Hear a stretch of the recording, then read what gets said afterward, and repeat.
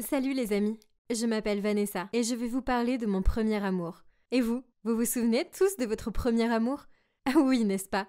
Enfin, avouez, comment pourrait-on oublier ces papillons qu'on a dans le ventre la première fois qu'on se prend la main et ce premier baiser? Avec l'emballement du premier amour, c'est facile d'imaginer que ça durera pour toujours comme dans un conte de fées. Sauf que beaucoup des premiers amours finissent mal et deviennent un cauchemar. Mon premier amour était un mec qui s'appelait Julian. Mais vous allez devoir patienter pour découvrir si notre histoire d'amour fut un conte de fées ou une malédiction. Julian et moi étions d'abord amis, meilleurs amis. Il habitait juste en face de chez moi et nos familles se connaissaient bien. On se voyait tout le temps, si bien que nos parents nous taquinaient en nous disant qu'on finirait par se marier. À l'époque, je me disais « hors de question !» Mais on n'était que des gamins. Puis, quand j'avais environ 10 ans, j'ai commencé à le voir différemment. Il était vraiment mignon et adorable, et je pensais tout le temps à lui. Il m'appréciait aussi beaucoup. Il m'achetait mes bonbons préférés, me laissait jouer aux jeux vidéo avec lui, et me défendait quand je me faisais embêter par les garçons de l'école. Et quand j'avais 15 ans, Julian et moi étions dans notre coin préféré. C'était un vieil arbre immense, au milieu du parc. On y allait beaucoup, on s'adossait contre le tronc, on faisait nos devoirs et on écoutait de la musique avec nos écouteurs.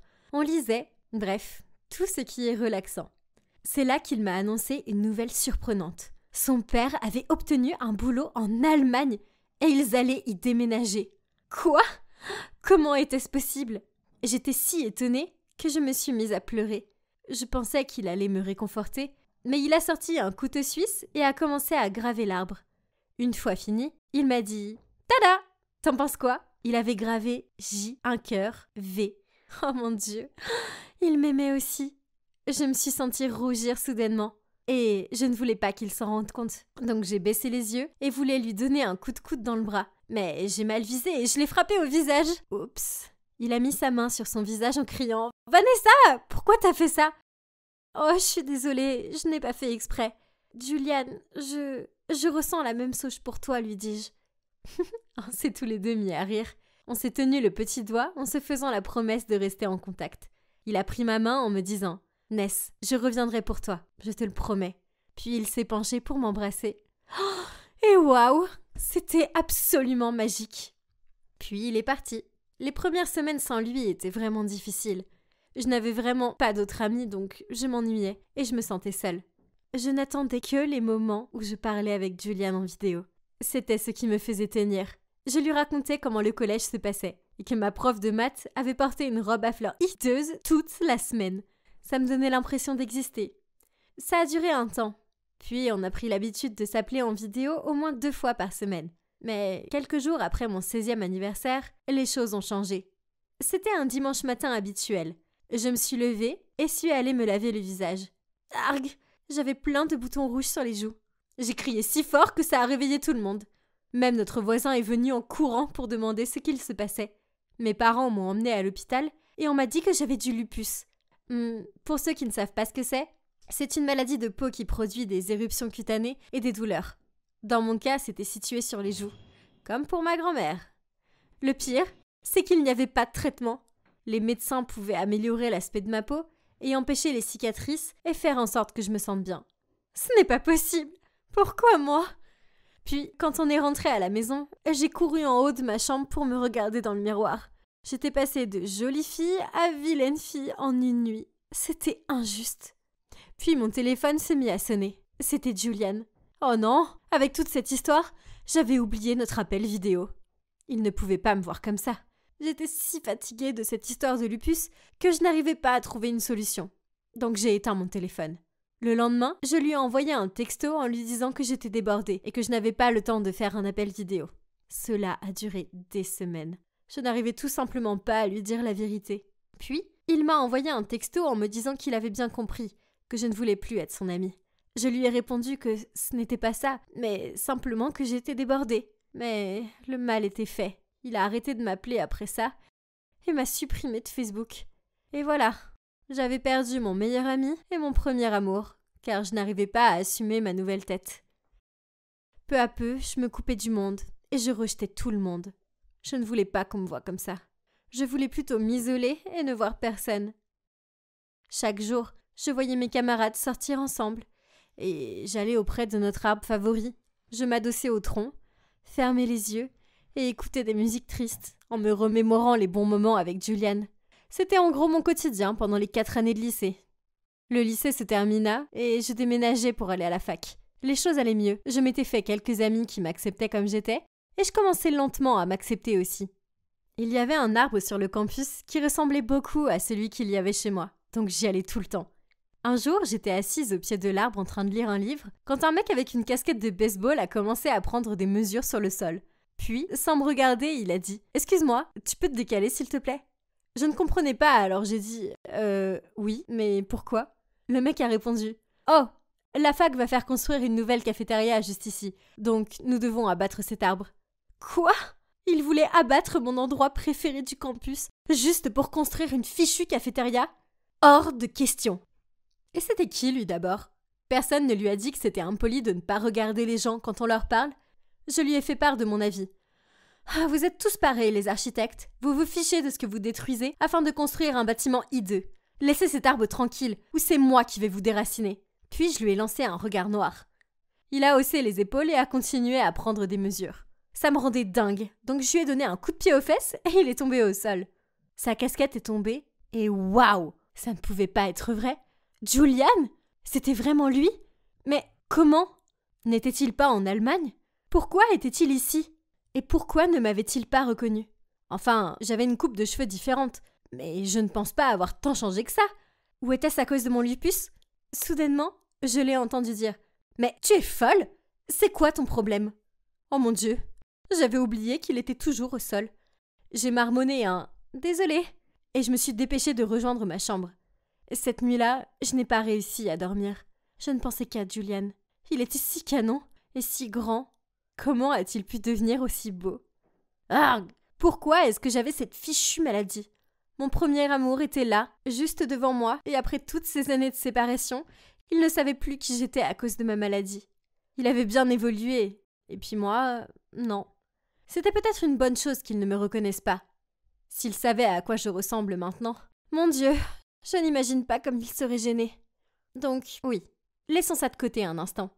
Il fallait d'abord que je sauve mon arbre. Je ne voulais pas que la fac le fasse déraciner. J'ai fait quelques recherches et j'ai découvert que le chantier débutait la semaine suivante. J'avais donc le temps de convaincre autant d'étudiants que possible pour empêcher que cela arrive. Et le jour J, il y avait près de 20 personnes avec moi. On avait tous des pancartes où était écrit « Sauvons l'arbre ! Non au déracinement !»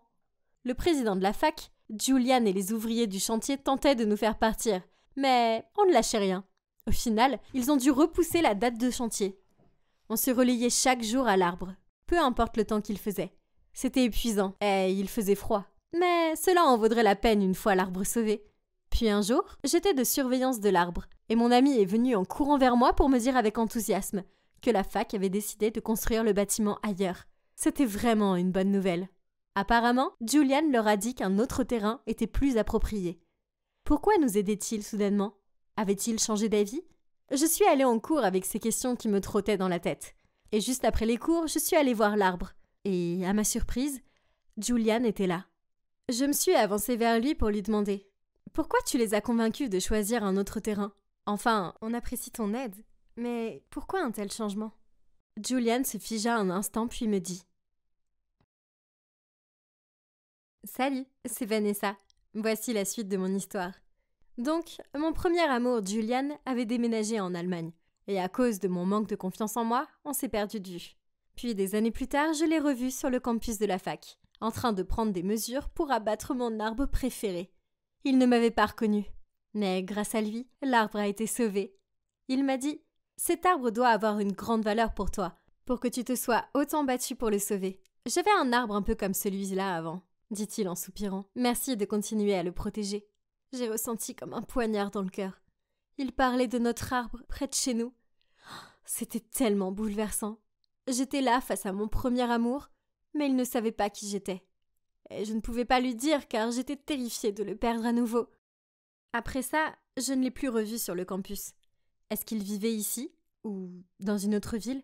Je voulais lui poser tellement de questions. Puis ma mère m'a appelée et m'a dit de rentrer pour le week-end. Je suis rentrée quand elle était en train de préparer à manger dans la cuisine. Et en me voyant, elle a dit Oh chérie, j'ai une surprise pour toi. Julian et sa famille sont revenus ici. Et ils viennent manger avec nous à midi. Quoi? Oh non! Pourquoi ne me l'avait-elle pas dit avant? Je me suis mise à paniquer. Qu'allais-je faire maintenant? J'ai couru dans ma chambre pour chercher avec quoi je pourrais couvrir mon visage. J'ai fini par trouver quelque chose.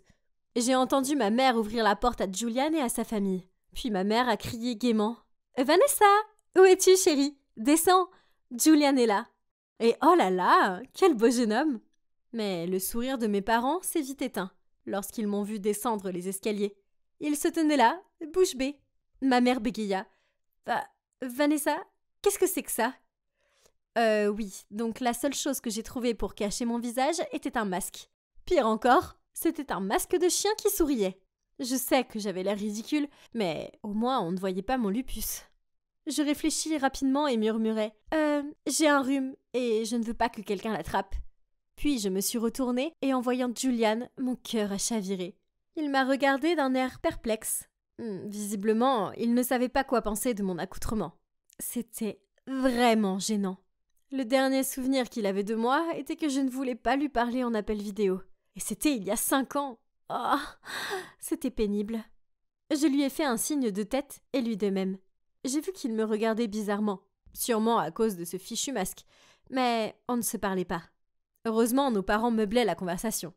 Mais ensuite, ma mère a proposé qu'on dîne tous ensemble le lendemain soir. Maman! Pas encore! Pourquoi ne se rendait-elle pas compte que j'avais besoin qu'elle me prévienne à l'avance pour faire ce genre de choses? Puis c'était facile pour elle, car elle avait une peau parfaite. Heureusement, la famille de Julian n'était pas disponible le lendemain soir. Ouf! Mais ils ont proposé le soir suivant! Oh! Ce dîner était inévitable, donc il fallait que je trouve un moyen de cacher mon visage. Donc, le soir du dîner, j'ai dévalé les escaliers et ma mère m'a lancé un regard noir. « Vanessa, mais qu'est-ce que tu portes enfin? On dirait Elton John !» Donc, oui, j'avais mis ces énormes lunettes de soleil stylées. C'était les seules que j'avais trouvées sur Internet et qui arriveraient à temps. J'ai répondu « C'est la nouvelle mode en ce moment. Tu es trop vieille pour comprendre. » Au restaurant, Julian et sa famille me regardaient d'un air bizarre. Mais je faisais comme si rien n'était et je disais que le repas était super bon. Honnêtement, je me sentais mal à l'aise et j'espérais que ce repas se termine rapidement. J'en pouvais plus, donc je suis allée un peu dehors pour prendre l'air. C'est là que Julian m'a rejoint. Au début, il se tenait à côté de moi sans parler. Au bout d'un moment, c'était pesant, donc je lui ai dit « Tu es rentrée depuis quand ?» Il m'a répondu « Depuis 1 mois. » Embêtée, je lui répondais alors « Et pourquoi tu ne m'as pas appelée ?»« Ness, c'est toi qui ne voulais plus être mon amie. »« Oh non, tu as mal compris. J'avais des problèmes de fille. Je ne pouvais pas t'en parler. Tu sais, je me sentais vraiment seule en Allemagne. Tu étais ma seule amie. » Sa voix devenait faiblarde. Je répondis « Je sais, c'était stupide de ma part. Je suis désolée. Mais tu es revenue maintenant. On peut de nouveau être amis ?» Il m'a regardé un instant et m'a souri en disant « Honnêtement, comment je peux t'en vouloir? Enfin, regarde-toi. » Puis il m'a pris dans ses bras. Mon meilleur ami était enfin de retour. Mais ce n'était pas assez pour moi.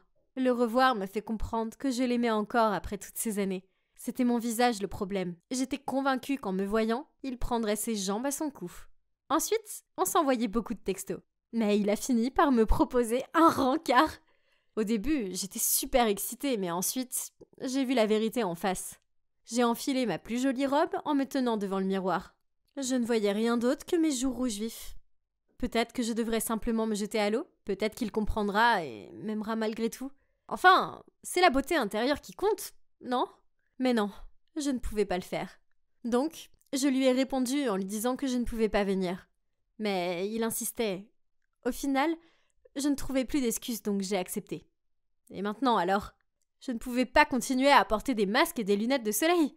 Puis, j'ai eu une idée. Et si je mettais du maquillage? Je savais que ça pouvait aggraver ma peau. Mais c'était une urgence. J'en ai mis un peu, mais on voyait toujours mes rougeurs. Donc j'en ai mis encore, et encore. Et oh! Je ressemblais à la marionnette Billy des films Saw. Puis, on frappa à la porte. Oh non! Il était déjà là. Bon j'espère qu'il aime les films d'horreur. En me voyant, Julian eut un air surpris. Mais il essayait de faire comme si de rien n'était. Le restaurant où on est allé était super. Mais chaque fois qu'il me regardait, il se retenait de rire. Ce qui me donnait envie de rire aussi. Quelle gêne! Ensuite, on est allé se balader au parc. Et soudainement, il s'est mis à pleuvoir. On a donc couru pour se réfugier sous notre arbre favori. Julian a retrouvé la gravure sur l'arbre et m'a dit « Tu te souviens de ça? C'est le jour où je t'avais promis que je reviendrais pour toi. » Puis il s'est tourné vers moi et m'a attiré vers lui. Son visage s'approchait et... Oh mon Dieu! Allait-il m'embrasser? Mais ensuite il s'est arrêté en disant « Oh, Ness, ton maquillage coule. J'ai un mouchoir, je vais essuyer ça. » Attends, quoi? Oh non, pas maintenant. J'ai paniqué et je ne savais pas quoi faire. Donc j'ai caché mon visage en lui disant « Ne me regarde pas, tu peux partir s'il te plaît. » Perplexe, il me dit « Quoi? Tu es vraiment bizarre. Qu'est-ce qu'il y a? » Puis il a essayé de regarder mon visage. Je l'ai repoussé en disant « Non, non, il n'y a rien. J'ai juste un problème de fille. » Mais Julian continuait d'insister. Alors j'ai paniqué et je me suis enfuie sous la pluie. Il m'a couru après en criant « Vanessa, arrête !» Je ne m'arrêtais pas de courir. Mais ensuite j'ai trébuché et je me suis pris une flaque de boue en pleine face. Ah, génial. Mon visage entier était couvert de boue et mon genou saignait, donc je ne pouvais pas me lever. Julian m'a aidé à marcher jusqu'à la pharmacie la plus proche et m'a acheté des pansements et de la bétadine pour nettoyer ma plaie. J'étais assise sur un banc comme un chiot blessé quand il a sorti un mouchoir pour essuyer la boue sur mon visage. Au début, je l'ai empêché, mais il m'a regardé d'un air franc, donc je l'ai laissé faire. Eh bien voilà, Julian verrait enfin mon visage et il ne voudrait plus jamais me voir. En nettoyant mon visage, il paraissait surpris. Puis il a dit « Attends un peu, tu vas à la fac en Floride, non? Ce n'est pas toi que j'ai vu il y a quelques semaines sur le campus? Pourquoi tu ne m'as pas dit que c'était toi? » « Parce que je ne voulais pas que tu me voies dans cet état, » dis-je en tournant la tête. Il semblait confus, alors il a demandé « Dans quel état? Ness, tu es vraiment bizarre. » Que voulait-il dire? Est-ce qu'il se fichait de moi? Alors j'ai crié de colère. « Mon visage! Ne fais pas comme si tu ne voyais rien. J'avais peur qu'en voyant mon visage, tu ne veuilles plus être avec moi. » Julian secoua la tête en disant « Non, Ness, pourquoi je ferais ça? Tu seras toujours magnifique à mes yeux. La beauté n'est pas seulement une question de joli visage. C'est avoir une belle personnalité, un bon cœur et une belle âme. » Puis il m'a embrassé le front. Oh mon Dieu, je n'aurais jamais imaginé que ça se passerait comme ça. Julian était bel et bien le mec le plus adorable que j'ai rencontré. Et je n'aurais jamais dû en douter. Donc, Julian et moi formions officiellement un couple. L'aimer me rend si heureuse. Il me donne confiance en moi et me fait réaliser que malgré mon lupus, je suis belle. Et on prévoit de se marier dans quelques mois. J'ai hâte de passer le reste de ma vie avec lui et qu'on vive heureux pour toujours. Alors, comme vous pouvez le constater, au final, Julian était mon premier amour et le dernier, ce qui veut dire que mon conte de fées s'est réalisé. Mais laissez-moi vous dire ceci, peu importe si vous épousez votre premier amour ou pas, l'important est d'épouser quelqu'un qui vous rend heureux et qui vous aime comme vous êtes. Donc, si vous rencontrez quelqu'un comme ça, ne les laissez pas passer, que ce soit votre premier amour ou le 21e. J'ai enlevé mes talons et jeté mon sac à main sur la table. Purée, je suis crevée. Est-ce que je devrais démissionner? Ai-je pensé à voix haute. J'espérais que mes amis étaient là. J'avais vraiment besoin d'évacuer. J'allais me coucher sur le canapé lorsque tout à coup, j'ai aperçu une ombre se diriger vers la salle de bain. Je l'ai examinée de plus près. Il y avait un homme dans ma salle de bain. Est-ce qu'on nous cambriolait? Paniquée, j'ai attrapé un de mes talons et je me suis élancée pour le frapper. « Voleur! Voleur! Hélène! Iris! Un voleur !» ai-je hurlé tout en continuant à le rouer de coups. Il s'est protégé la tête en disant « Tu fais erreur. Je ne suis pas... » Mes deux amies sont accourues. Mais au lieu de m'aider à m'occuper de l'intrus, elles m'ont éloignée de lui. « Maya, arrête !» s'est écriée Hélène, à la hâte. « Il est avec nous. » Oups, j'ai posé mon talon et je l'ai regardé d'un air penaud. « Ah bon ? Merci de m'avoir prévenu. » Hélène a ensuite demandé au mec s'il allait bien. Il n'a rien répondu. Au lieu de cela, il m'a juste lancé un regard noir avant de quitter la pièce. Puis Hélène et Iris m'ont poussé jusqu'à la table de la cuisine pour avoir une discussion. Apparemment, elles avaient décidé de chercher un nouveau colocataire. Et ce William était l'heureux élu. Bon sang, ça aurait été sympa de me demander d'abord mon avis. Je veux dire, je vis ici, quoi. J'ai froncé les sourcils avant de leur dire qu'elles étaient nazes et que je ne voulais pas vivre avec un type choisi au hasard. « Maya, on ne t'a rien dit parce qu'on savait que tu allais réagir comme ça, » a soupiré Hélène. Mais avec la hausse du loyer, on n'a pas eu d'autre choix que de prendre un 4e colocataire. En plus, Tu dois admettre que William est plutôt pas mal, a ajouté Iris d'une voix rêveuse. Je m'en fous, ai-je répliqué en croisant les bras. Et non, je ne trouve pas qu'il soit mignon. Hélène a dit en riant. C'est sûr, parce qu'il est maintenant couvert d'empreintes de talons sur la tête. J'ai levé les yeux au ciel, attrapé mon sac à main et me suis dirigée vers ma chambre. Je ne voulais pas vivre avec un idiot de mec, mais grâce à mes amis totalement insensés, je n'avais guère le choix. Le lendemain était un samedi. Dieu merci. J'ai dormi jusqu'à midi. Puis je suis descendue d'un pas tranquille pour manger le reste de ma pizza. Hein? Où était-elle? Je savais qu'Iris et Hélène étaient trop obsédées par les calories pour y toucher. Cela ne pouvait être que William. Il regardait la télé dans le salon, donc je me suis pointée devant lui et lui ai demandé « C'est toi qui as mangé ma pizza? Comment as-tu osé ?» Il m'a répondu sans lever les yeux de son émission « Ouais, je l'ai jetée à la poubelle. » Il a fait quoi? Tu l'as laissé dans le frigo à s'abîmer au risque de gâter tout le reste. S'il te plaît, ne refais jamais ça. Hein? Et ses excuses? Il a jeté mon repas et il ose me défier? Quelle plaie! J'allais lui dire 2 mots quand il m'a tendu quelque chose. J'ai établi une liste des règles de colocation. J'ai regardé les 3 premières règles. 1. Laver la vaisselle sale après utilisation, puis nettoyer l'évier. 2. Écrire ses initiales sur sa nourriture et ses boissons et ne pas voler. 3. 10 minutes maximum sous la douche, puis nettoyer la salle de bain avant de sortir. Quoi? C'était vraiment un mec? Quelle personne saine d'esprit avait le temps et la patience d'écrire ses initiales sur toutes ses affaires? J'ai répondu d'un ton frustré. Pas question que je fasse ça. Il a dit en m'interrompant. On est 4 à vivre ici. Alors, faisons un vote. J'ai souri d'un air satisfait. Je savais que Hélène et Iris n'accepteraient jamais ces stupides règles. Elles aimaient encore plus que moi ce style de vie désordonné. Et Iris passait pas moins d'1 heure sous la douche. Alors, on s'est tous rassemblés dans le salon. Et William a distribué ses règles. À ma grande surprise, Iris a seulement relevé ses cheveux avant de dire « Ok, William !» Et Hélène a répondu en battant des cils. « Bien sûr, ces règles ont l'air top. » Bon sang, qu'est-ce qui n'allait pas chez elle? Il n'était même pas si mignon. Malheureusement, le vote de mes amies éperdument amoureuses signifiait que j'étais en infériorité numérique. Je n'avais pas d'autre choix que de m'incliner devant les règles ridicules de William. La rotation pour sortir les poubelles était déroutante. Quel était le problème de les laisser déborder? J'ai raté mon tour, alors William a collé un post-it sur ma porte disant « Sortir les poubelles à 18h le mardi et le jeudi à 19h les autres jours. Ce n'est pas difficile. Signé W. » Sérieux? Qui écrivait encore des post-it de nos jours et à notre âge? C'était vraiment un loser. Ensuite, j'avais cette boîte où je stockais des objets aléatoires. Vous savez, des barrettes, épingles, tickets souvenirs, écharpes et tout ça, que je gardais dans le salon. Peu importe où je la mettais, William secouait la tête et articulait un « non ». Ouais, vous avez deviné. Il a collé un autre post-it sur ma porte qui disait « Pas d'affaires personnelles dans les espaces en commun ». Signé W. Pour finir, j'ai rangé la boîte dans mon placard pour qu'elle ne traîne pas. Habiter avec William était un vrai cauchemar. Surtout quand j'ai enfin quitté mon job dans ce cabinet d'avocat naze, ce qui signifiait que je passais la plupart de mon temps à la maison avec lui. Ce mec était vraiment trop maniaque.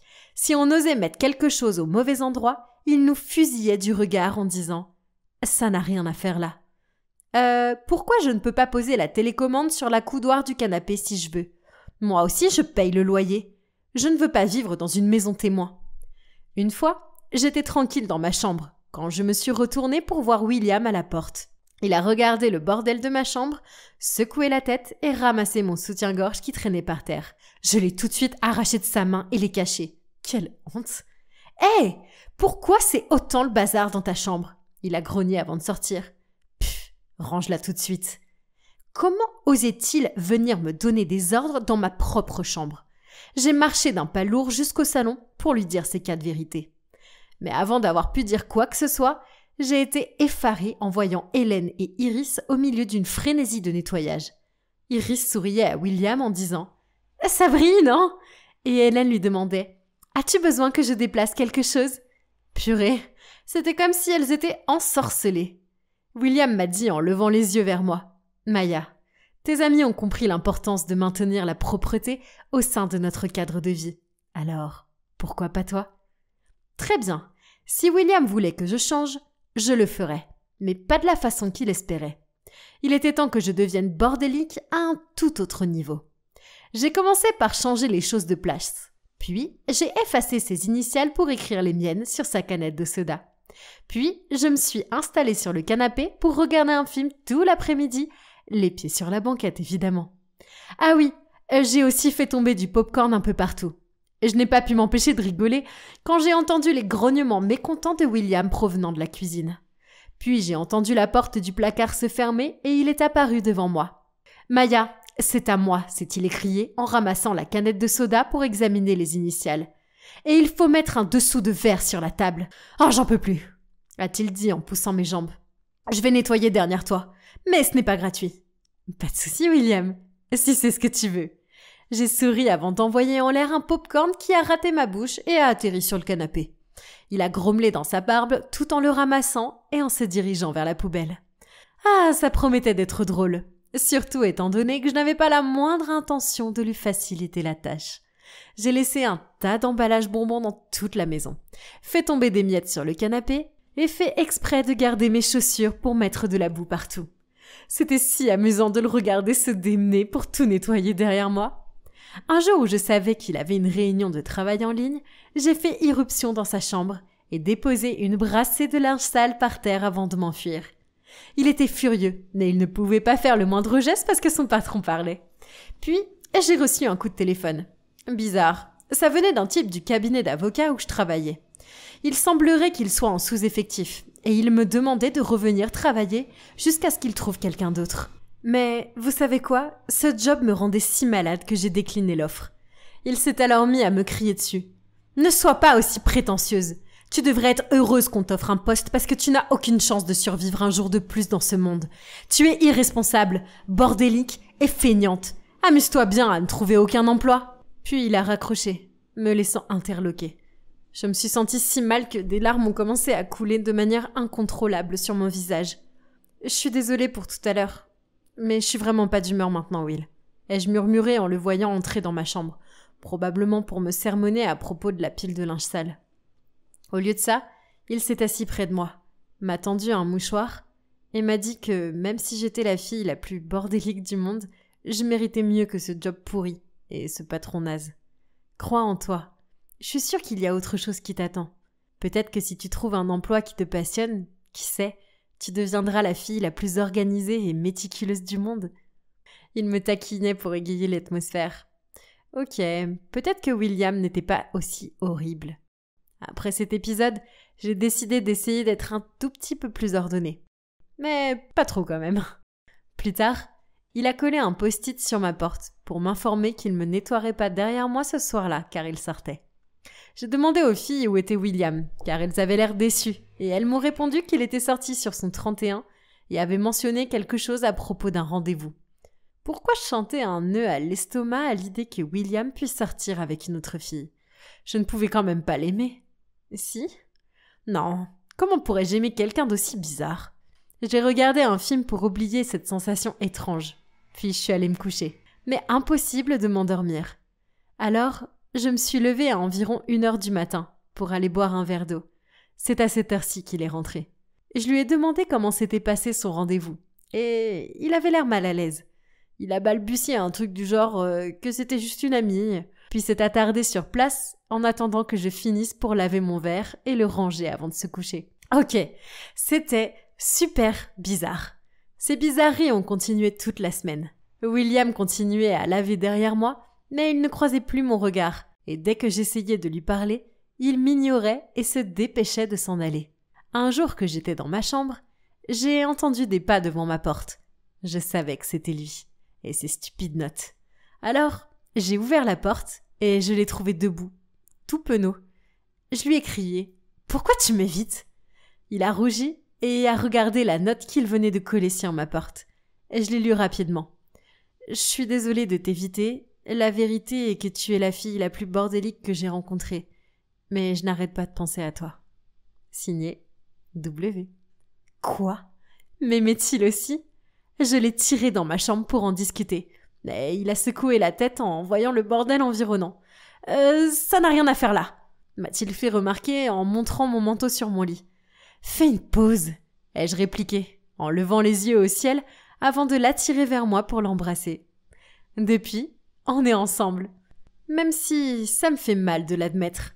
On dirait bien que cette fille bordélique ne peut pas vivre sans son maniaque de mec. Mais ne dit-on pas que les opposés s'attirent? Qui aurait pu prédire que ce lien tissé autour de post-it et de pizzas avariées allait finir par conduire à quelque chose de plus fort? Lina, pourquoi tu es juste ma cousine et pas ma maman? Clara m'a regardée avec des yeux curieux. Je savais d'où venait cette question, car le sujet de la semaine à l'école maternelle était la famille.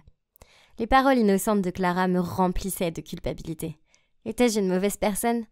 Je me suis posé cette question tous les jours pendant les 4 dernières années. Oui, la petite fille à côté de moi n'était pas ma fille. Je l'ai volée à son vrai père. Et je l'ai élevée seule depuis. Tout a commencé avec mon oncle Oliver, qui est un homme d'affaires prospère et une personne très aimable. Je lui dois beaucoup, ainsi qu'à ma grand-mère, car ce sont eux qui m'ont élevée après la mort de mes parents dans un accident de voiture lorsque je n'étais qu'une gamine. Mon oncle n'a pas ménagé ses efforts pour combler la figure paternelle manquante dans ma vie. Mais il voulait aussi avoir un enfant biologique à lui, ce qui était un problème assez délicat pour un homme asexué comme lui. Un soir, je venais de rentrer de ma soirée avec mes amis quand je l'ai vu assis à la table de la cuisine, la tête dans les mains.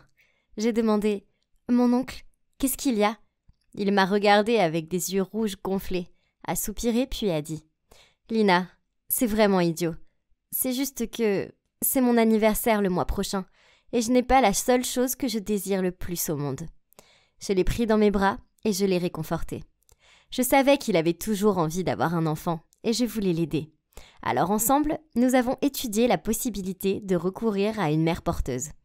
Mon oncle était si content et il a fait tous les papiers pour se procurer un ovule de donneuse.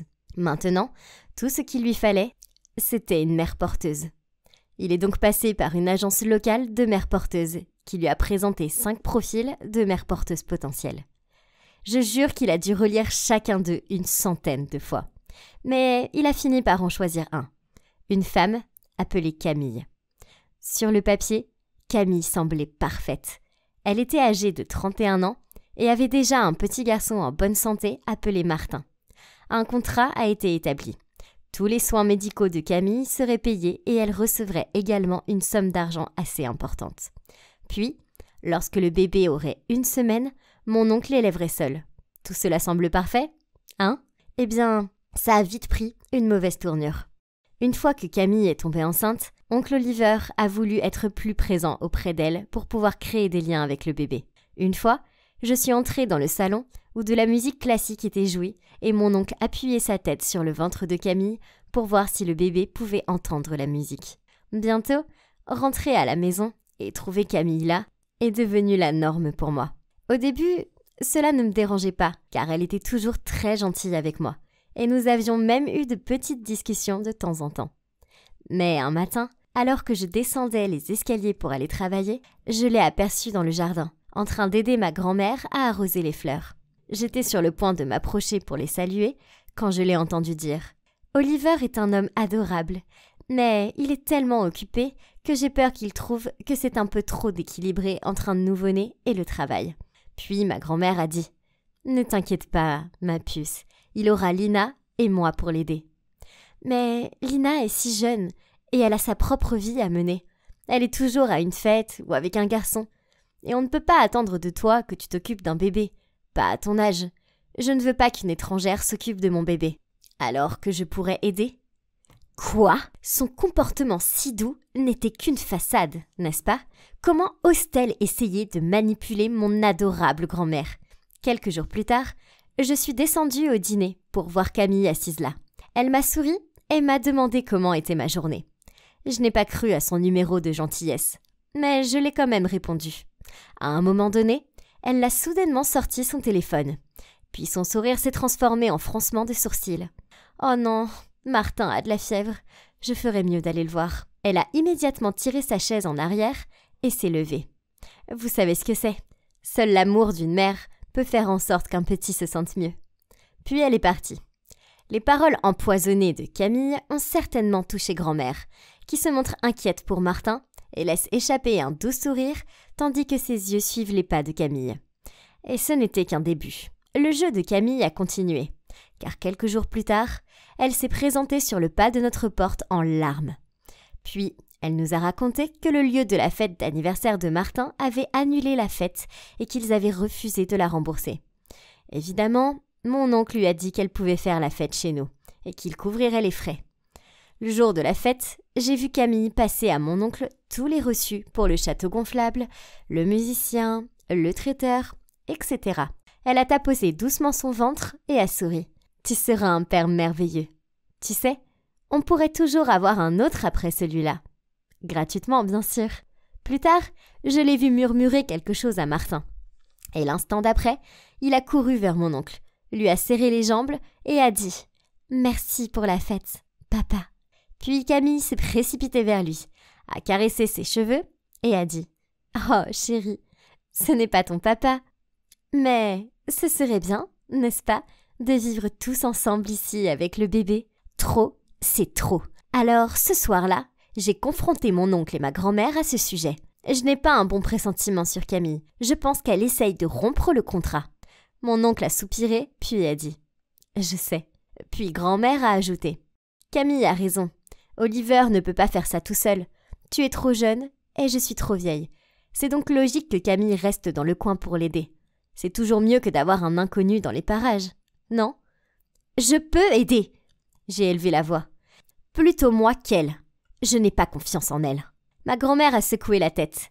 Mais c'est elle la mère. C'est elle qui porte le bébé. Leur lien est indéniable. Je sais ce que c'est que de perdre des gens qu'on aime. Camille va briser le cœur du bébé. J'en suis sûre. Elle ne pense qu'à elle. Mon visage est devenu rouge alors que j'ai élevé la voix. Mon oncle est resté silencieux. Puis il a soupiré et est sorti de la pièce. J'ai couru après lui et je l'ai tiré en arrière. Mon oncle, tu as fait ton choix dès le début. Pourquoi le changer maintenant ? Il a répondu en gardant les yeux rivés sur le sol. Ta grand-mère n'a pas tort. Quoi ? J'ai crié. Arrête de laisser cette sorcière Camille te manipuler. Il a secoué la tête et il s'est éloigné. Oh mon Dieu ! Ils étaient contrôlés comme des marionnettes. Il fallait que ça cesse. Donc, j'ai décidé de confronter Camille à ce sujet.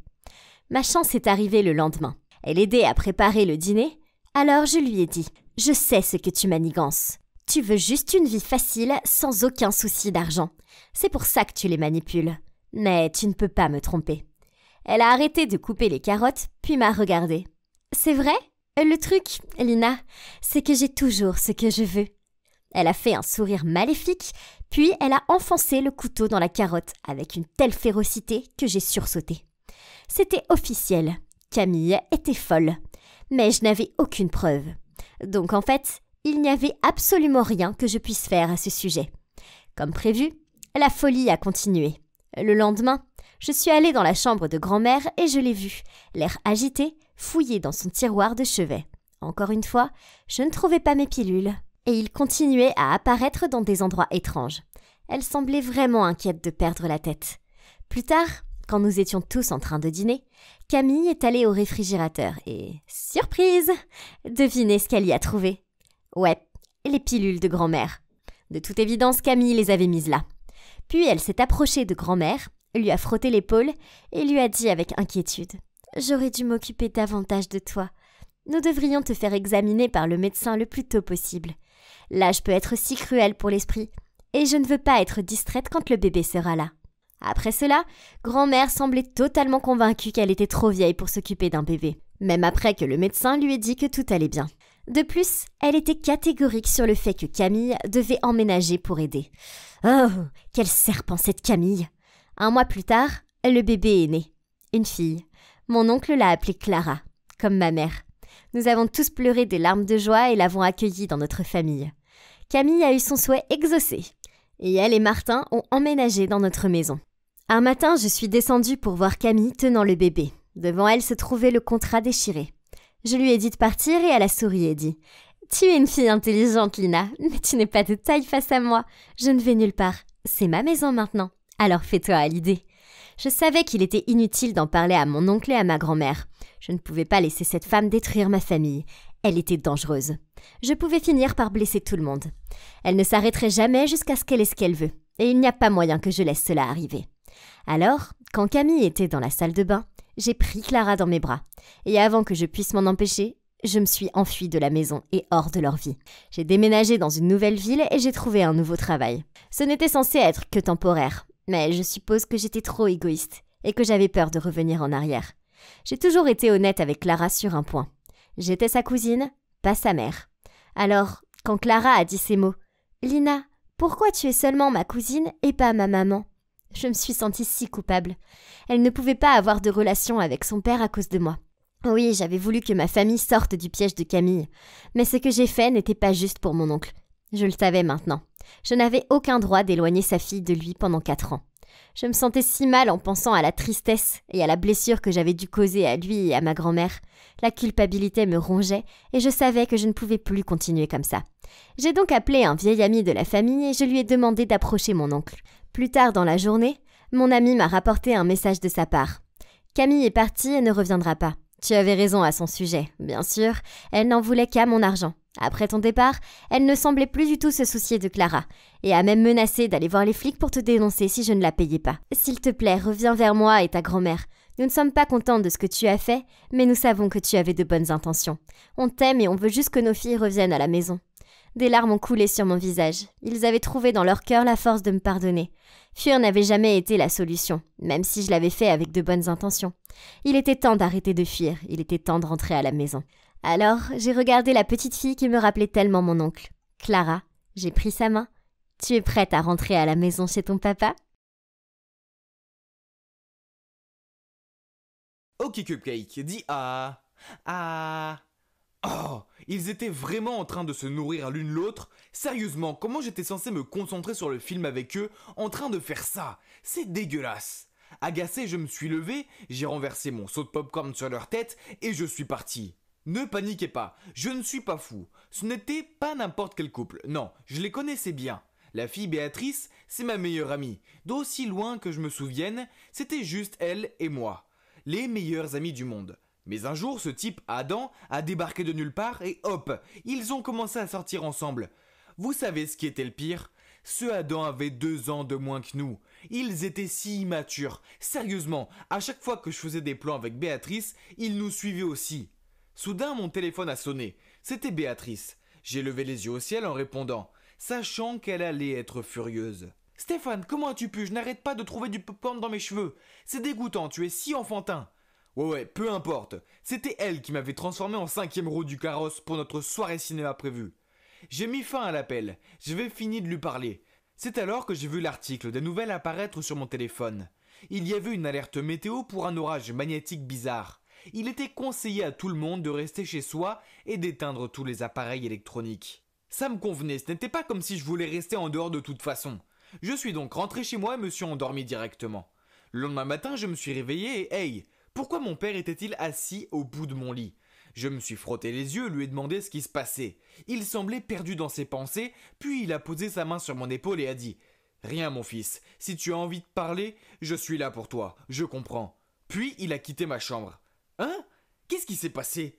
Je suis descendu pour le petit déjeuner, c'est alors que j'ai entendu ma grand-mère dire « Je vais vous prouver qu'il ne l'est pas. » Puis j'ai entendu papa dire « Maman, ce n'est pas grave, même si c'est vrai, c'est toujours notre Stéphane. » Mais quand je suis rentré dans la cuisine, ils se sont tués et m'ont regardé. J'ai dit « Hey, les gars, c'est quoi le problème ?» Alors ma mère a répondu en me passant une assiette de crêpes. « Rien, fils. » Même ma petite sœur Laïla se comportait bizarrement. Elle m'a fait un sourire bizarre puis a secoué la tête. Ok, c'était bizarre, mais j'ai juste haussé les épaules et j'ai mangé mon petit-déj. Après, maman m'a demandé de l'aider dans la rocaille. Oui, bien sûr, je veux dire, ce n'est pas comme si j'avais quelque chose de mieux à faire. Mais laissez-moi vous dire que ces pierres sont beaucoup plus lourdes qu'elles n'en ont l'air. Alors que je me battais pour en porter une, j'ai soufflé à maman. « Où veux-tu que je mette ça ? C'est si lourd, tu peux pas appeler papa pour aider ?» En secouant la tête, elle a dit « Non, tu peux le faire, tu n'es pas un garçon faible. » Puis elle a continué à me demander de porter le tas de pierres dans tout le jardin.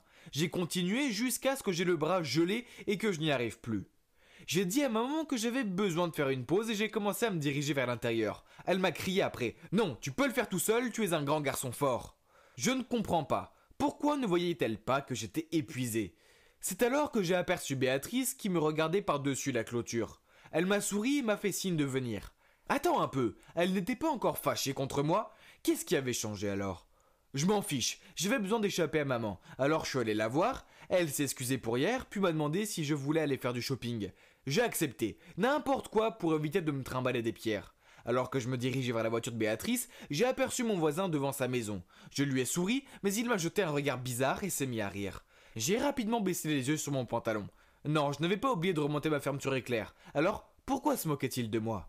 Je pensais à la façon dont tout le monde était bizarre pendant que je montais dans la voiture, puis j'ai pensé tout haut. Peut-être que c'est la tempête, elle a rendu tout le monde fou. Puis j'ai raconté à Béatrice toutes les choses folles qui s'étaient passées. Elle a hoché la tête et a dit « Ouais, ça doit être à cause de la tempête ». C'était logique, parce que j'avais lu des articles sur les orages magnétiques et comment ils pouvaient avoir un impact sur l'humeur des gens et tout ça.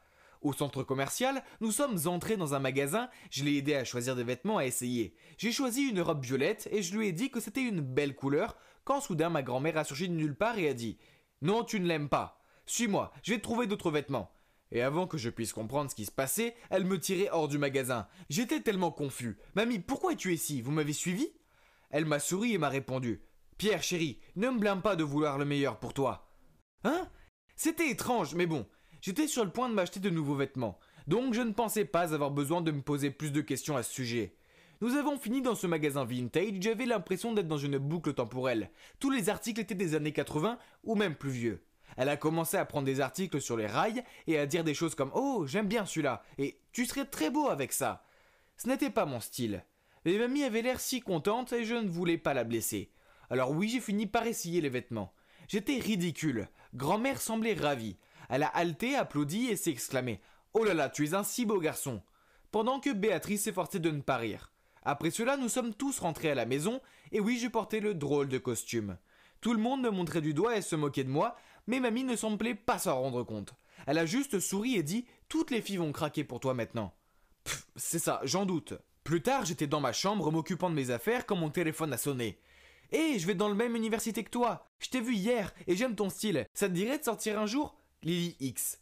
C'était l'idée que quelqu'un se faisait d'une blague. Je ne connaissais pas ce numéro ni cette fille Lily. Qu'est-ce qui se passe? L'orage magnétique avait rendu tout le monde fou et je semblais être le seul à rester sain d'esprit.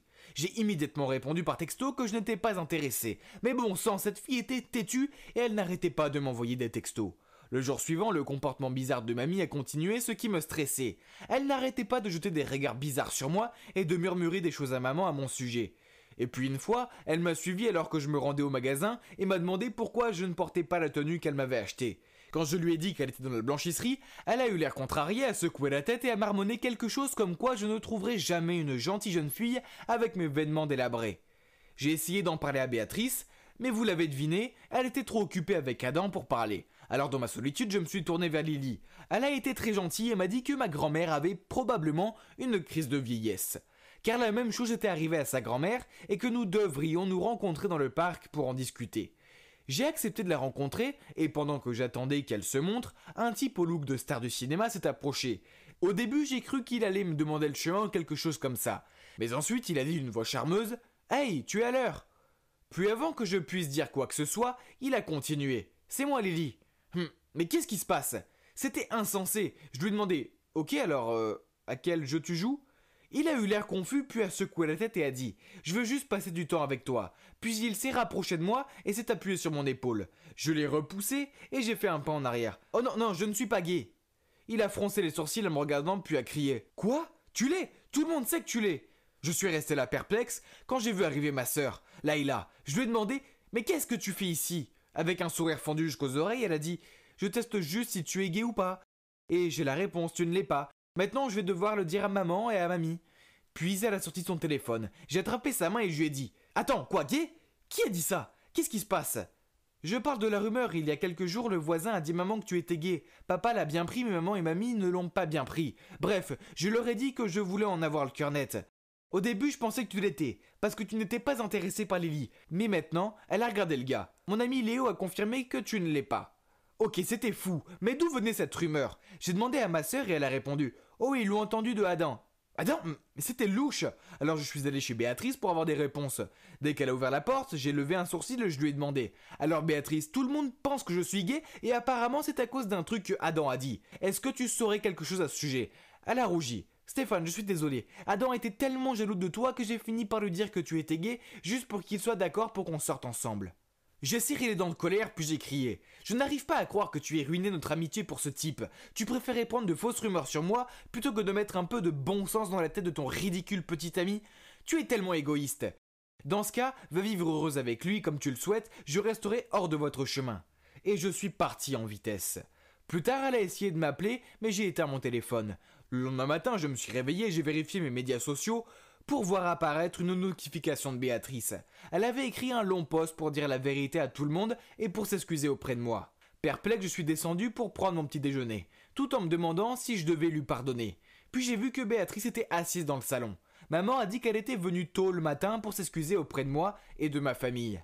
Allez mon chéri, elle sait ce qu'elle a fait de mal, m'a chuchoté maman, avant de nous laisser tous les deux seuls. Béatrice s'est approchée de moi. Stéphane, je suis vraiment désolé d'avoir été une ordure. Tu es mon meilleur ami et Adam va devoir l'accepter ou le refuser. Je peux trouver un autre petit ami et je ne veux jamais perdre un ami comme toi. Elle m'a tendu les bras, j'ai hésité puis on a fini par s'enlacer. Ainsi Béatrice et moi sommes à nouveau meilleurs amis. Ma famille, elle, est redevenue aussi folle qu'avant. C'est vrai que ce n'était pas cool de la part de Béatrice de lancer une rumeur sur moi, mais si j'étais gay, qu'est-ce que ça ferait? J'ai dit à mamie et à maman, je suppose qu'elles sont toutes les deux vieux jeux et qu'elles doivent s'adapter un peu plus à notre époque et réaliser que ça n'a pas d'importance que j'aime les filles ou les garçons. Puisque dans tous les cas, je suis toujours moi, le même vieux Stéphane. Et à la fin de la journée, oui, je suis ce gars qui pensait que l'orage magnétique rendait tout le monde fou. Une chose est sûre, Béatrice ne me laissera jamais oublier ça. Haha. Hé petite, pourquoi es-tu toute seule? Comment tu t'appelles? La première fois que j'ai remarqué cette petite fille, c'est le jour où j'ai découvert cette boulangerie épique près de mon école. Elle était toujours assise dans la ruelle à côté, portant les mêmes habits et traînant un ours en peluche. Elle m'a regardée avec de grands yeux innocents et m'a répondu timidement « Je m'appelle Alex ». Puis elle s'est mise à pleurer avant de dire « Ma maman et mon papa travaillent tout le temps, alors je les attends ici. Parfois, ils partent plusieurs jours. » Oh, pauvre petite fille, elle doit mourir de faim parce qu'elle regarde constamment mon sachet de viennoiserie. Je lui en ai donné un et elle m'a dit que les pains au chocolat étaient ce qu'elle préférait. Waouh, comme moi! Pas étonnant que je me sois sentie attirée par cette petite fille. Elle l'a mangé si vite que je lui ai dit que j'allais lui en acheter un autre. Je ne supportais pas de la voir affamée. Comment ses parents pouvaient-ils la laisser comme ça? J'ai couru aussi vite que j'ai pu, mais quand je suis revenue, elle était partie. Trop bizarre, je ne la voyais nulle part. Je suis rentrée chez moi, mais ce soir-là, je n'ai pas cessé de penser à elle. Ses parents étaient-ils venus la chercher? Le lendemain, je suis retournée à la boulangerie. Et avant même d'y arriver, j'ai entendu des enfants crier. Je me suis approchée pour mieux voir. Alex était là, recroquevillé par terre, pendant que des enfants lançaient son ours en peluche. Oh non, elle pleurait. Ça m'a énervée, alors je me suis jetée sur eux. « Hé, laissez-la tranquille, ou vous aurez affaire à moi !» Les brutes se sont enfuis et je me suis précipitée pour passer un bras autour d'Alex. Elle a essuyé ses larmes et a dit « Merci, à part mon ours, tu es la seule personne qui veut être mon amie. » La boule que j'avais au ventre ne pouvait pas être plus grosse. Puis, je lui ai demandé ce qui s'était passé. Elle m'a raconté comment elle avait fait l'école buissonnière parce qu'elle était victime d'intimidation à cause de ses vieux habits odorants. Même sa maîtresse était méchante avec elle. Elle disait « Oh la vache, mon cœur !» Je ne pouvais pas le supporter.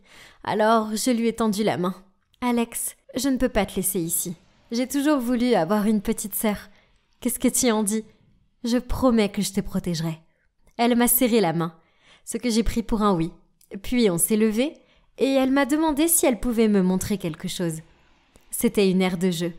Dès que je l'ai vue, j'ai ressenti quelque chose au fond de moi. J'avais l'impression de connaître cet endroit. On a joué à la cage à écureuils, puis on a fait de la balançoire. Il y avait même un grand toboggan qui était super cool. On a joué pendant des heures. C'était comme si j'étais revenue en enfance. Enfin, si seulement je pouvais me souvenir de mon enfance. De ce que je sais, quand j'avais 8 ans, j'ai eu un gros accident. J'ai subi un traumatisme cérébral et toute ma mémoire s'est envolée. Depuis, j'ai suivi des thérapies et pris des médicaments. Mais c'est étrange d'être incapable de se rappeler de quoi que ce soit de ma vie d'avant. J'essaie de me concentrer sur le présent, et je sais que j'ai de la chance d'être encore en vie. Cependant, parfois les migraines de l'accident deviennent vraiment insupportables, et c'est exactement ce qu'il s'est passé quand on était sur les balançoires. Je regardais le ciel en rigolant, et la minute d'après, je me suis sentie glisser de la balançoire et atterrir par terre. La dernière chose dont je me souviens, c'est de voir Alex courir dans ma direction. Quand j'ai rouvert les yeux, j'étais dans un lit d'hôpital et mes parents me serraient les mains. Ces derniers temps, mes migraines devenaient plus fréquentes et ça inquiétait mon père et ma mère. Ma première pensée a été « Où est Alex ?» J'ai demandé à mes parents s'ils avaient vu une petite fille de 8 ans, mais ils ont eu l'air confus. J'ai compris qu'elle avait probablement pris peur et s'était enfuie. Elle ne quittait pas mes pensées pourtant. Alors dès que je suis sortie de l'hôpital quelques jours plus tard, j'ai commencé à la chercher, mais elle n'était nulle part. Mais un élan en moi me poussait à continuer à la chercher. Je ne pouvais pas l'abandonner. Il fallait que je la trouve. J'ai couru jusqu'à l'aire de jeu où j'ai été soulagée de la voir sur une balançoire. Elle avait l'air triste, alors je lui ai demandé ce qui s'était passé et elle a éclaté en sanglots. « Ma famille, on a tout perdu. Un gang a ravagé notre maison. Ils ont tout pris. » Même moi, je me suis mise à pleurer après son récit. Comment pouvait-on être aussi cruel ?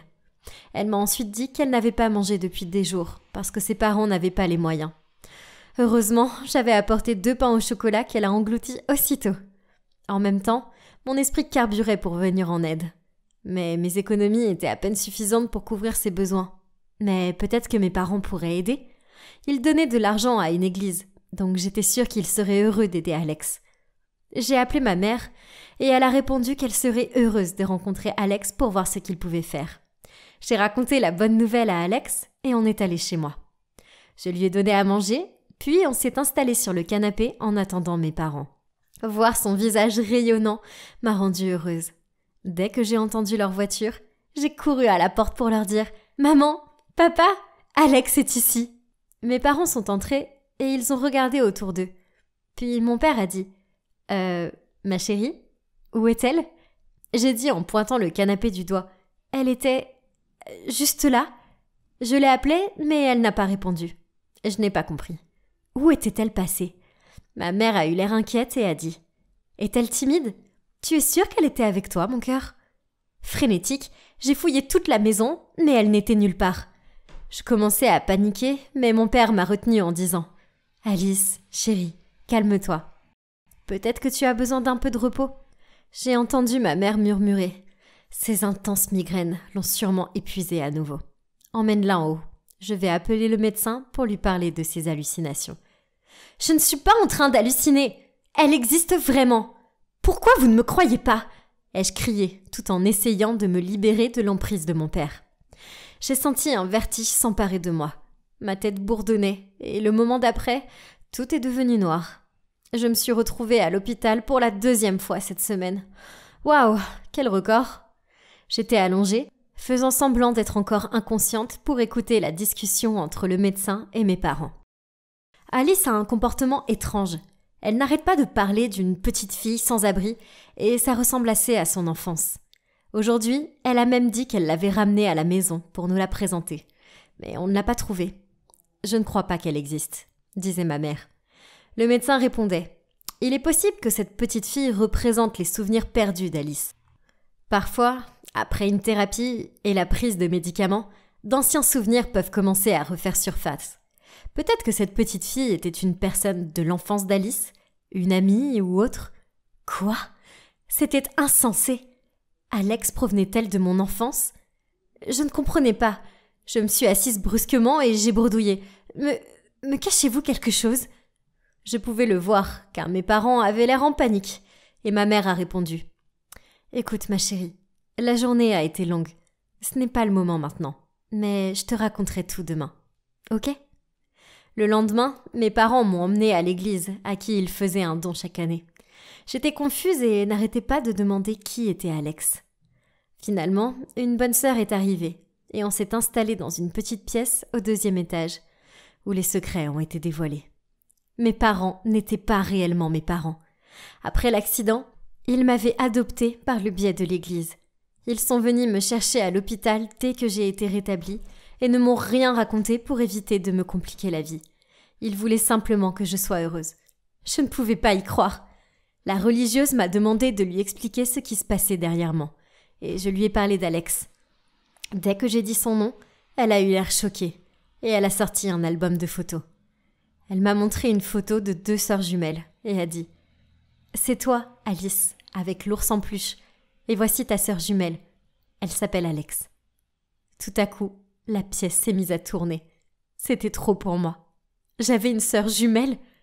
Avant d'avoir eu le temps de prononcer quoi que ce soit, la bonne sœur m'a prise par la main et m'a conduite vers une grande fenêtre près des escaliers. À travers ces paroles, tous mes souvenirs ont refait surface. Mes parents biologiques nous avaient laissés, moi et Alex, dans cette église parce qu'ils n'avaient pas les moyens de nous élever. Aucune famille ne voulait nous adopter ensemble. Alors la religieuse nous avait dit qu'on allait être séparés. C'était la nouvelle la plus douloureuse qu'on nous ait jamais dite. Alors nous avons décidé de nous échapper ensemble. J'ai confié à Alex mon ours en peluche pour pouvoir sortir par la fenêtre en première. Mais malheureusement, j'ai glissé et suis tombée d'une hauteur dont je ne peux m'avérer heureuse d'avoir survécu. C'est ce qui a effacé tous mes souvenirs. J'ai regardé par la fenêtre tandis que la bonne sœur me racontait tout ça. C'était de la folie. Combien de secrets m'avait-on caché tout ce temps? Alors, où se trouve Alex maintenant? Ai-je demandé, des larmes roulant sur mes joues. Alex avait été adopté par une autre famille, mais les religieuses avaient perdu le contact, car ils avaient déménagé à l'étranger. J'avais l'impression de manquer d'air. Il fallait que je retrouve ma sœur. Mais comment faire sans aucune information? J'ai commencé à chercher sur les réseaux sociaux comme une folle, mais rien n'est venu. Je ne pouvais pas perdre espoir pour autant. J'ai mis à jour mon voyage pour trouver Alex, tous les jours sur un blog personnel. Et pas une nuit, je ne me suis endormie sans penser à elle, et sans me demander comment elle allait. Heureusement, les internautes ont manifesté beaucoup d'intérêt et de soutien pour mon histoire. Il a été diffusé, mais jusqu'à présent, il n'avait toujours aucun indice sur Alex. Même l'illusion du bébé Alex n'apparaissait plus depuis le jour où j'ai entendu la vérité.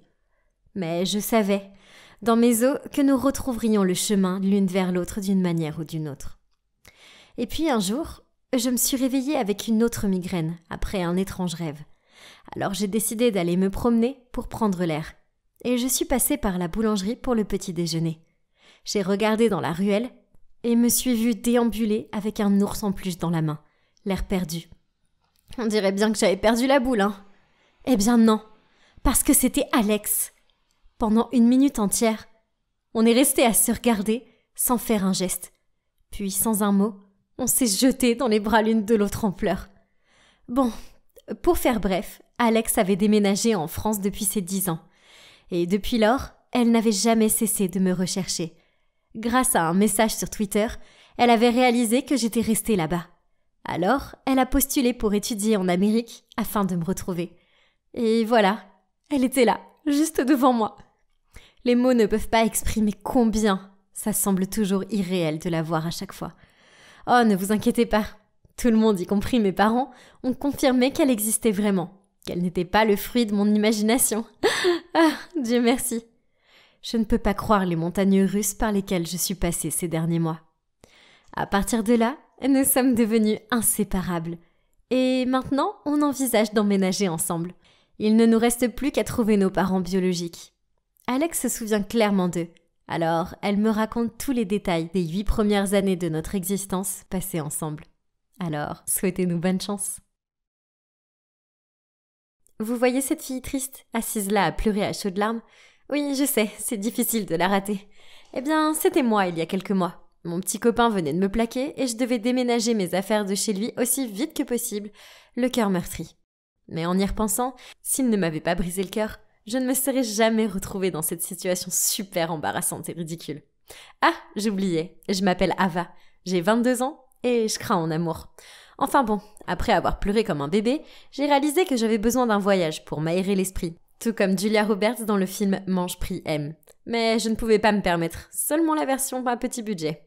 Alors, je suis allée sur Airbnb et j'ai trouvé une chambre à louer à un prix raisonnable dans cette idyllique maison sur la plage.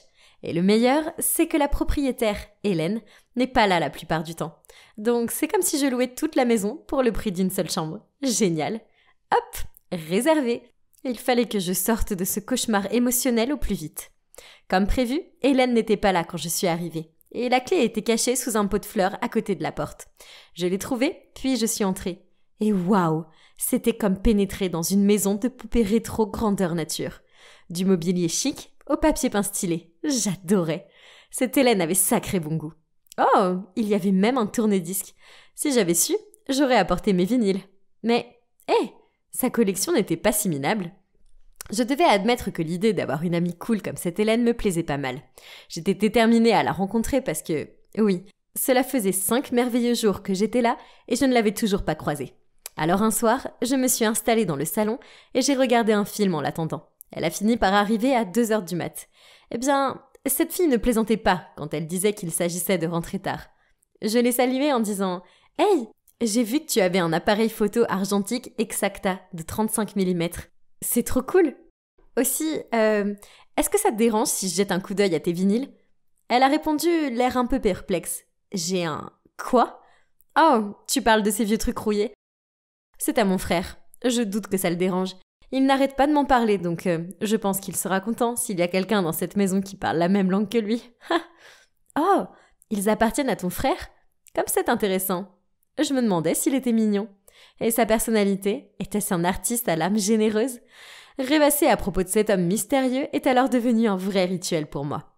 Oh mon Dieu, étais-je déjà en train de fantasmer sur un type que je n'avais jamais rencontré ? Étais-je désespérée à ce point-là ? Un jour, je suis rentrée après avoir fait les courses. J'étais épuisée, donc j'ai jeté mes provisions dans la cuisine et me suis jetée sur la pile de couvertures qui se trouvait sur mon lit. Mais ce n'était pas seulement des couvertures. Quoi ? Il y avait quelqu'un dessous. On s'est cogné la tête. Oh oui. J'ai enlevé les couvertures pour dégager ce pervers. Hein ? Je connaissais ce type. C'était mon ex. Mais que pouvait-il bien faire ici ? Ah, pour info, ce n'était pas mon ex actuel. C'était Nolan. On sortait ensemble au lycée, mais ça faisait très longtemps que je ne lui avais pas parlé. Alors, il s'avère que ce soit lui, le mystérieux frère d'Hélène. Ah, tout ce temps, je fantasmais sans le vouloir sur mon stupide ex-copain. C'était logique d'une certaine façon, parce qu'on avait toujours eu plein de points communs. Mais merci l'univers d'avoir ruiné mes vacances. Après un regard tueur, je lui ai demandé pourquoi il avait l'audace de faire la sieste dans mon lit. Il a reniflé puis a répliqué « Ton lit, c'est ma maison. Et ma chambre. La question, c'est qu'est-ce que tu fais ici ? À contre-cœur, je lui ai tout expliqué. Et il semblerait qu'il était censé être en voyage d'affaires pendant 2 mois. Alors Hélène avait loué sa chambre via Airbnb sans lui demander la permission. Le problème étant qu'il était rentré plus tôt. Il a haussé les épaules et a dit « Je suis rentré maintenant, alors tu peux ranger tes affaires et t'en aller. Je demanderai à Hélène de te rembourser. » Ou autre. Ça m'a énervé. J'avais payé pour la chambre, j'avais des droits. Alors, je ne bougerai pas. Je lui ai dit « Je ne vais nulle part. Tu vas devoir dormir sur le canapé. » Il n'a pas eu l'air très content. En fait, il grommelait tout en quittant la pièce. Mais au moins, il était parti. J'ai pensé que c'était bon, mais je me trompais. Et c'est là que la guerre pour la chambre a été déclarée. Le matin suivant, je me suis éveillée au son d'étranges cris rauques. Puis, j'ai senti quelque chose s'agiter sur mon visage. Encore endormie, j'ai essayé de le repousser, puis j'ai ouvert les yeux. Une énorme mouette me regardait. « Ah ! Nolan !» Il y en avait une 12aine qui traînaient dans la pièce, picorant et battant des ailes autour de mes affaires. Ça m'a pris plus d'1 heure pour les chasser par la fenêtre. Après quoi, j'étais si furieuse que je me suis enfermée dans la salle de bain. 30 minutes plus tard, Nolan martelait la porte. Il avait urgemment besoin d'utiliser les toilettes. J'ai ouvert la porte avec un sourire diabolique et je l'ai frôlé en sortant. Peu après, j'ai entendu des cris de mécontentement. Ouais, j'avais enveloppé les toilettes de scotch. Ah, j'en avais pas encore fini avec lui. Alors le soir, j'ai éparpillé des miettes de cookies sur le canapé. Ce qui a fait que le lendemain suivant, il s'est réveillé couvert de morsures de fourmis, ressemblant à un dessin à points à relier grandeur nature. Ah, yes! 2 contre 1. Loser. Ça a continué ainsi pendant quelques jours. Nolan a modifié les paramétrages du grille-pain, ruinant ainsi mon petit déjeuner. Purk. Alors j'ai téléchargé en douce une application d'écran fissurée sur son portable et l'ai posée sur le sol. Lorsqu'il l'a ramassée, il a trop flippé et s'est mis à blâmer son chien. C'était trop drôle. Mettre en œuvre toutes ces blagues était fatigant. Alors je me suis sentie soulagée quand Nolan est sorti un soir et que j'ai pu enfin me poser sur le canapé pour regarder un film. Mais tout à coup, plus d'électricité. Super, les plombs avaient dû sauter ou un truc du genre. J'ai allumé la lampe sur mon téléphone pour aller voir lorsque celui-ci a sonné. Tout ce que je pouvais entendre était une respiration saccadée. C'est quoi ça ? J'ai raccroché et mon corps s'est mis à trembler. Soudain, la porte s'est ouverte et Ghostface est apparu. Terrifiée, je me suis tenu la tête et j'ai crié comme une folle. Puis j'ai entendu quelqu'un m'appeler par mon prénom. « Ava ! Ava ! C'est moi, Nolan ! Tout va bien !» J'ai été si heureuse de le voir que je me suis jetée dans ses bras en pleurant. « S'il te plaît, ne pleure pas, je suis là », a-t-il dit d'une voix douce tout en me serrant dans ses bras. Je me suis sentie en sécurité. Qu'est-ce qu'il tenait dans sa main ? C'était un masque de Ghostface. C'était lui ? Il savait que je détestais les films d'horreur. Quel imbécile ! J'ai crié en le repoussant. « Bon Dieu, t'es vraiment taré !» Il a répliqué en souriant. Ça valait la peine, parce que le câlin était si bon. Purée, je détestais ce type. Après quoi, je l'ai évité. Bon, ok, je me suis prise à l'observer et ressentir cette étrange sensation de chaleur m'envahir. Un jour, il jouait avec son chien sur la plage et je l'ai regardé de la terrasse. Est-ce que j'avais le béguin pour mon ex ? Mon Dieu, surtout pas, parce que ce serait pathétique. Mais je devais admettre que, bien, ces blagues étaient franchement énervantes, elles étaient quand même un peu drôles. Ça me rappelait les jours où on était ensemble. On était vraiment heureux à l'époque. Mais rien n'est éternel. Hélène est alors arrivée avec 2 tasses de café et on a commencé à discuter. Je lui ai raconté à quel point son frère était agaçant. Elle a rigolé avant de répondre « Je sais, désolée, je ne savais pas que vous étiez sortis ensemble. Sinon, je ne t'aurais pas loué la chambre. Je comprends que ce soit gênant pour toi. Surtout parce que c'est toi qui as rompu, non ? » J'ai fait quoi ? C'est lui qui avait rompu parce qu'il avait déménagé et ne supportait pas la distance. Pire, il l'avait fait par une stupide lettre. Elle a répondu, l'air perplexe. « Oh, c'est bizarre. Il m'a dit qu'il t'avait écrit une lettre pour te révéler ses sentiments. Et ensuite, tu lui as crié que c'était terminé. » J'ai répliqué.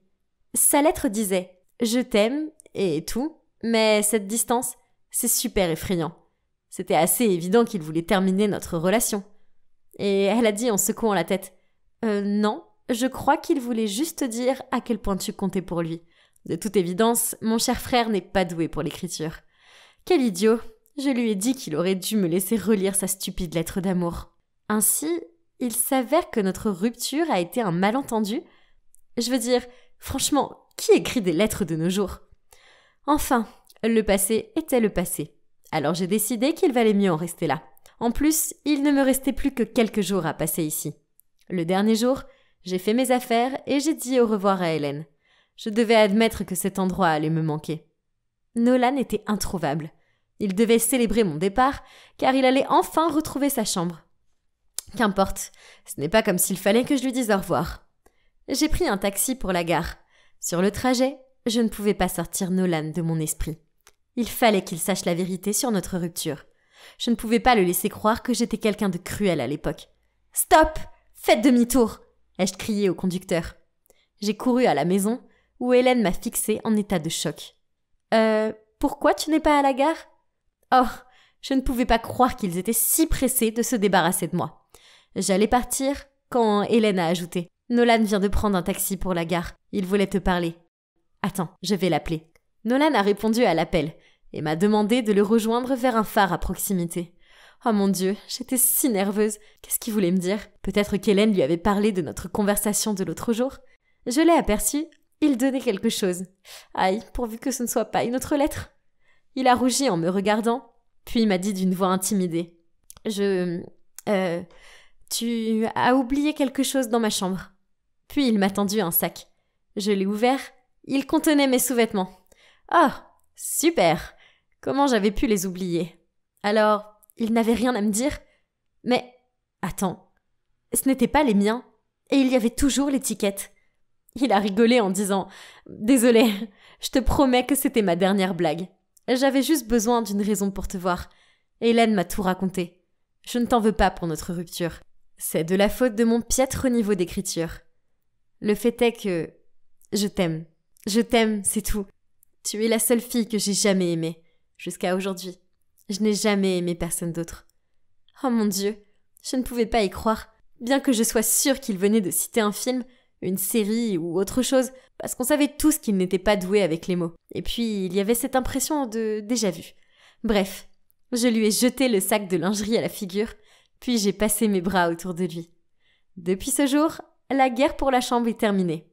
Pas parce que je suis partie, mais parce qu'on la partage. Laissez-moi vous dire un truc. En fait, il n'y a pas grand-chose à dire. Juste, quand votre copain vous écrit une lettre, faites attention à la lire avec beaucoup d'attention. En fait, oubliez ça. Dites-lui de se mettre à la page et de vous envoyer un texto.